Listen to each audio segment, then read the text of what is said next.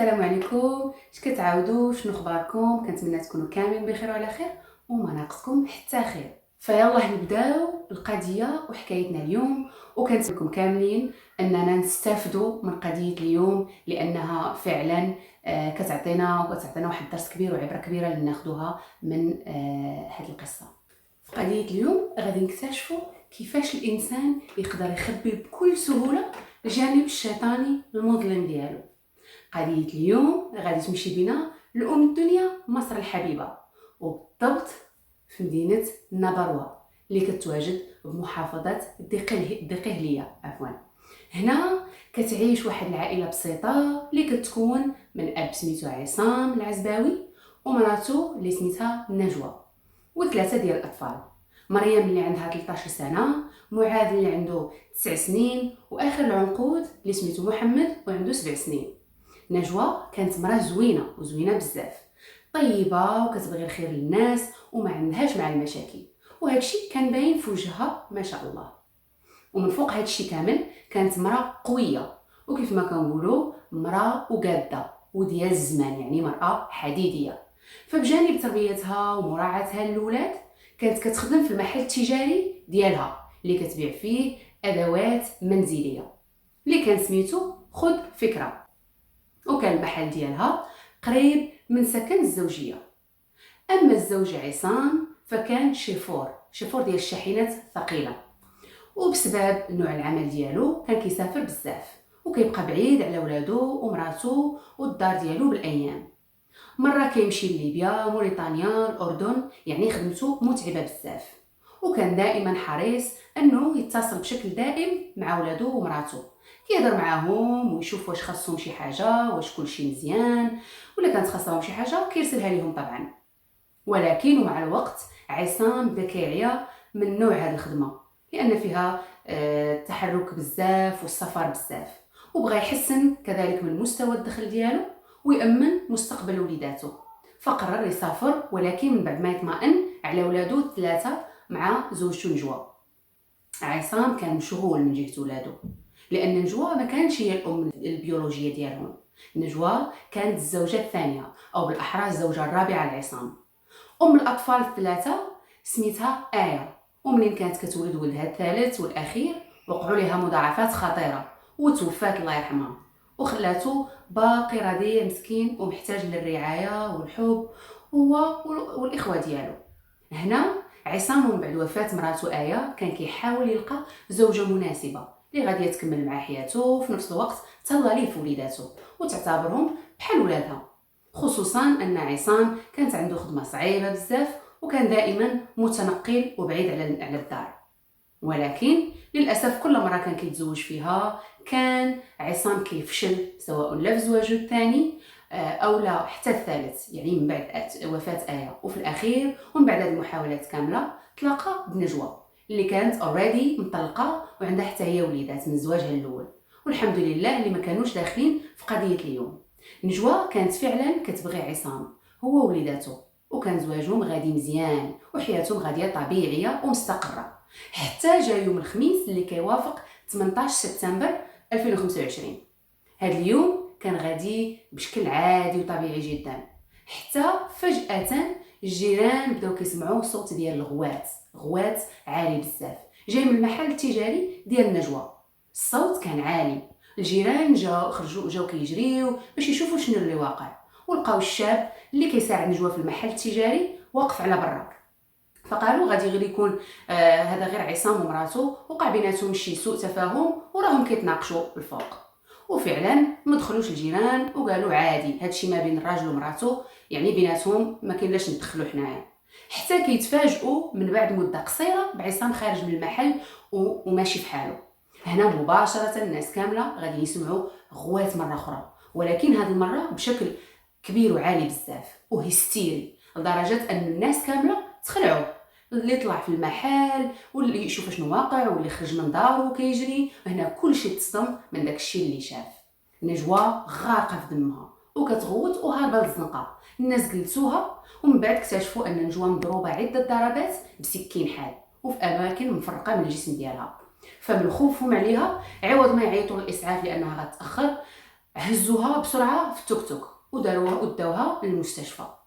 وفي وسط كل هذه الاحداث الكارثيه اللي كانت كتوقع، جده الاطفال اللي هي حماه عصام وام مراته الاولى المتوفيه الله يرحمها اللي سميتها ايه، كتلقى مكالمه هاتفيه مرعبه من عصام، واللي كيقول لها فيها بان احفادها ولا يعني ولادو ماتوا. طبعا ومن بعد ما سمعت الجده هذا الخبر الصاعق، جرات مباشره هي والاهل ديالها لدار عصام. ومن بعد ما هرسوا باب الشقه دخلوا، وللاسف اكتشفوا المنظر المفزع ديال الاطفال ب3 بهم ميتين. هنا وبسرعه رجال الشرطه توصلوا باكثر من بلاغ، والاطفال طبعا تم نقلهم للمشرحه. هنا رجال الشرطه بداو كيجمعوا المعلومات كامله من الناس والشهود اللي عاينوا الحادثه، وفي نفس الوقت بدات حمله ديال البحث على عصام وكل شيء بدا كيقلب عليه. فهنا عصام طفى الهاتف ديالو وغبر غبره وحده، حتى كينزل فجاه بوست على الصفحه ديالو على موقع الفيسبوك فيه صوره ولادو ورساله تعزيه. الناس في التعليقات كيسولوه فينك دابا، فينك عصام، شنو اللي واقع، وكيرغبوه باش يجاوبهم. يعني الناس كانوا في حاله رعب غير طبيعيه. ومن بعد ساعات رجال الشرطه كيلقاو عصام، ولكن كيلقاو للاسف جثه هامده، لانه ومن بعد ما نزل داك البوست رمى راسو قدام الترين، قدام القطار. وبمجرد ما الخبر تعرف الناس كلهم تصدموا وفي نفس الوقت حزنوا.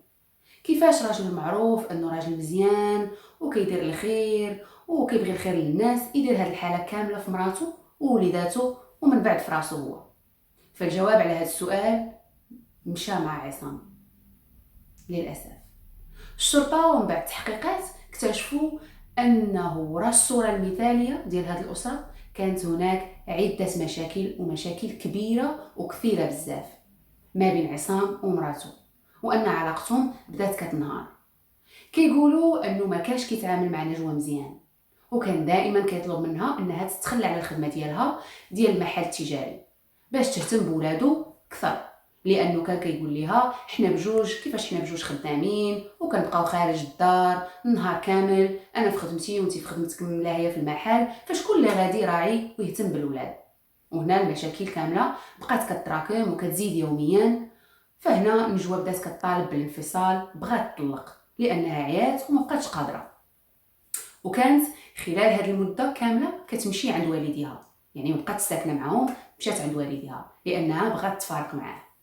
في ذاك النهار المشؤوم ومن بعد ما عصام رجع من خدمته قرر يمشي يهضر معاها ويحاول انه يتصالح معاها. وفعلا مشى عندها المحل ديالها وطلب من الشاب المساعد اللي كيساعدها انه يخرج شي شويه من بعد بيد ما هضر معاها هو.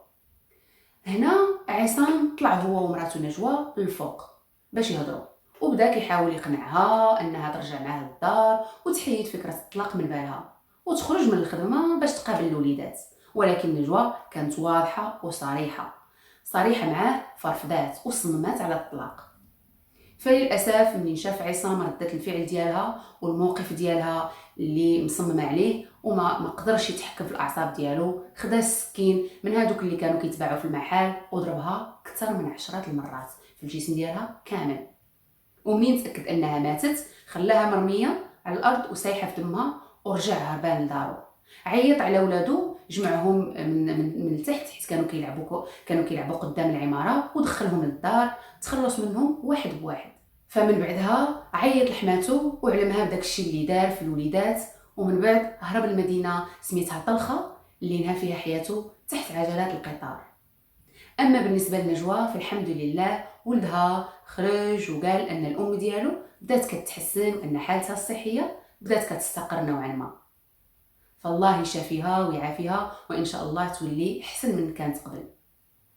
فهنا كتنتهي قضيتنا ديال اليوم، والمتهمات والحكم ان شاء الله غادي يكون عند الله سبحانه وتعالى مني يوقف قدام وليداته الثلاثه وقدام امهم ايه اللي استأمنات عليهم من بعد الله عز وجل.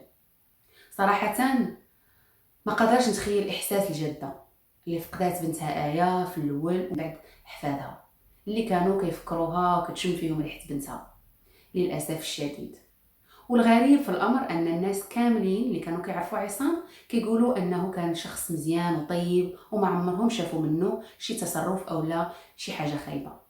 وحتى واحد ما كان متوقع انه يجي شي نهار وعصام يفقد فيه السيطره والتحكم ديالو في الاعصاب، وفي لحظه في لحظه هستيريه ويقدر يرتكب بحال هذه الجريمه الشنيعه.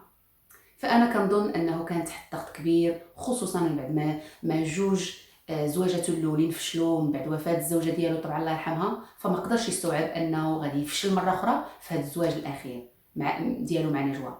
وهنا انفجر، وبدل ما يقرر يصلح ويقرر ينهي كل شيء بطريقه مزيانه، للاسف قرر ينهي كل شيء بطريقه وحشيه. كنتمنى نجوى الشفاء العاجل وانها ترجع احسن من قبل وترجع لخدمتها ووليداتها يا ربي. نجوى عندها صفحه على التيك توك، فخليونا نتعاونوا معها كاملين ونتشاركوا عندها، وانا متاكده ان هذا الشيء غادي يعاونها لا نفسيا ولا معنويا. والله يرحم آية ووليداتها معاذ ومحمد ومريم يا ربي، ويصبر أهل عصام. فكانت هذه هي قضية اليوم اللي هزات الرأي العام في الحبيبة مصر، ويعني خلقات ضجة كبيرة في مواقع التواصل الاجتماعي وكل شيء كيهضر عليها. فقلت حتى أنا خصني ولا بد نهضر على الموضوع ونشوف الحيثيات ديالو. فما تنساوش ضغط زر اللايك والاشتراك في القناة باش يوصلكم كل جديد، وحتى نشوفكم إن شاء الله في قضية جديدة. خليت لكم الراحة، في أمان الله، السلام عليكم.